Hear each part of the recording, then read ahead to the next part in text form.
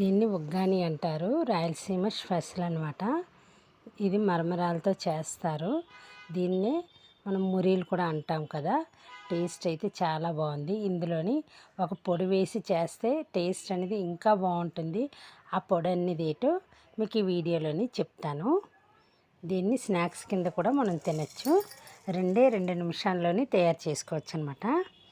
Oil అనేది పెట్టుకోవాలి. Oil బాగా వేడెక్కిన తర్వాత పోపులు, ఉల్లిపాయలు, పచ్చిమిర్చి, పలుకులు, జీడిపప్పు వేసి బాగా వేగనివ్వాలి. ఇందులోనే పులుపు కోసం ఒక టమాటా అనేది 1-2 టమాటాలు వేసుకోవచ్చు. ఇప్పుడు మామిడికాయల సీజన్ కాబట్టి మీకు కావాలంటే మామిడి తురుము కూడా వేసుకోవచ్చు. టేస్ట్ అయితే చాలా బాగుంటుంది. అవి వేగుతూ ఉంటాయి. మనకి ఎన్ని మరమరాలు కావాలో అన్ని మరమరాలు తీసుకొని ఒక గిన్నెలో వేసి వాటర్ అనేది వేసి నానబెట్టి ఉంచుకోవాలి. ఈ టమాటా వేగిన దాంట్లోని కొంచెం సాల్టు, పసుపు అనేది వేసి 2 నిమిషాలు బాగా కలపాలన్నమాట.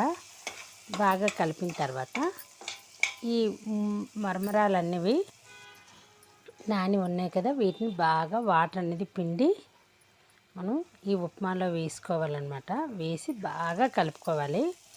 ఉప్పు కారం అంతా బాగా పట్టేటట్టు కలుపుకోవాలి. చిన్న మంట మీద పెట్టి ఇందులోని నేను చెప్పాను కదా పొడి అనేది, ఆ పొడి అనేది ఒక 2-3 స్పూన్లు వేసుకుంటే ఉప్మా అనేది రెడీ అయిపోయినట్టే. దీంట్లోని లాస్ట్లోని మీకు నిమ్మరసం కూడా కలుపుకుంటే టేస్ట్ అనేది ఇంకా బాగుంటుంది. ఈ పొడి అనేది ఎలా తయారు చేసుకోవాలో ఇప్పుడు చెప్తాను. మన ఇంట్లో ఉన్న వాటితోనే చేసుకోవచ్చు అనమాట.